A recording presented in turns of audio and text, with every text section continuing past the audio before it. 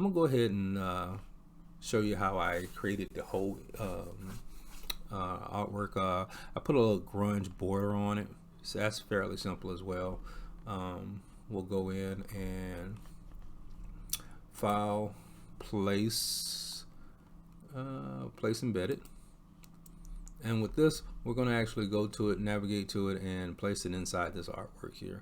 So file D, and give me a quick second, grunge, come down to my textures, and just kind of give you an idea with grunge background. Again, you do the same thing, you do a Google search to find it, grunge borders, something like that, and it'll come up with all kinds of options. So here's one, and it'll be a solid middle with or jaggedy edges.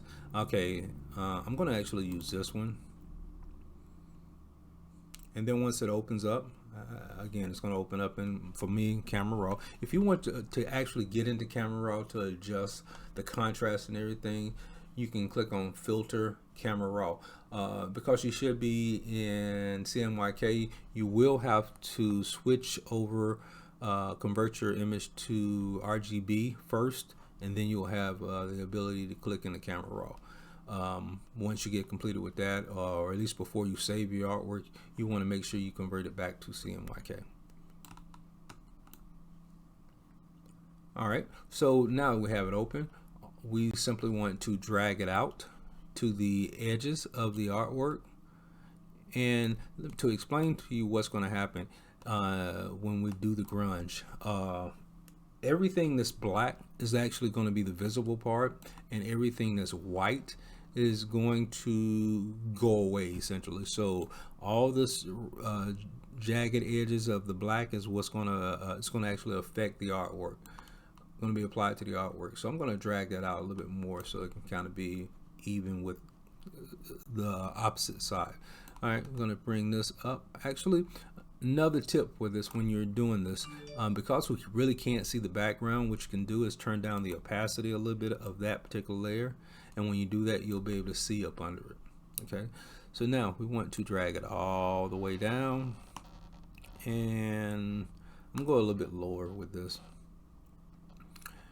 All right, and I want to give more of a little bit above his head. There you go. So now that's pretty much it. Now you want to accept that, and that's going to be how the grunge is going to lay out on your image. Okay, so now what we need to do, we're going to turn the opacity down all the way on the grunge area. So now we can't even see it at all. It's at 0%. We want to go down to your main layer again, and you want to add a layer mask to it, which I guess I could have left it on there originally, but I'm going to add a layer mask to it. Once that layer mask is created, now we want to create a solid fill layer. To do that, you right click on here on this, you want to right click on this little half circle, and you'll get the option for solid fill at the top. All right, the color doesn't really matter. You can be any color. I like to choose bright colors, no particular reason.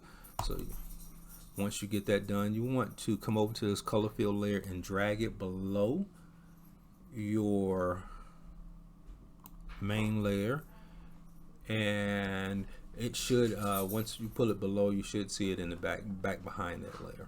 Okay, so at this point you want to go back up to your, I can't even think of your layer mask. You want to make sure that the layer mask is actually selected, not the image. You see this little box that goes around it? You want to make sure that your layer mask is actually selected. And then you want to go to image, and you want to go down to apply, apply image. And at this point, you want to make sure you know the name of this layer, which is Kissing PNG or Kiss PNG. And under layer up here in the box that opened in the apply image, or the apply image box that opened, you want to go to layer and you want to select that image. Okay, now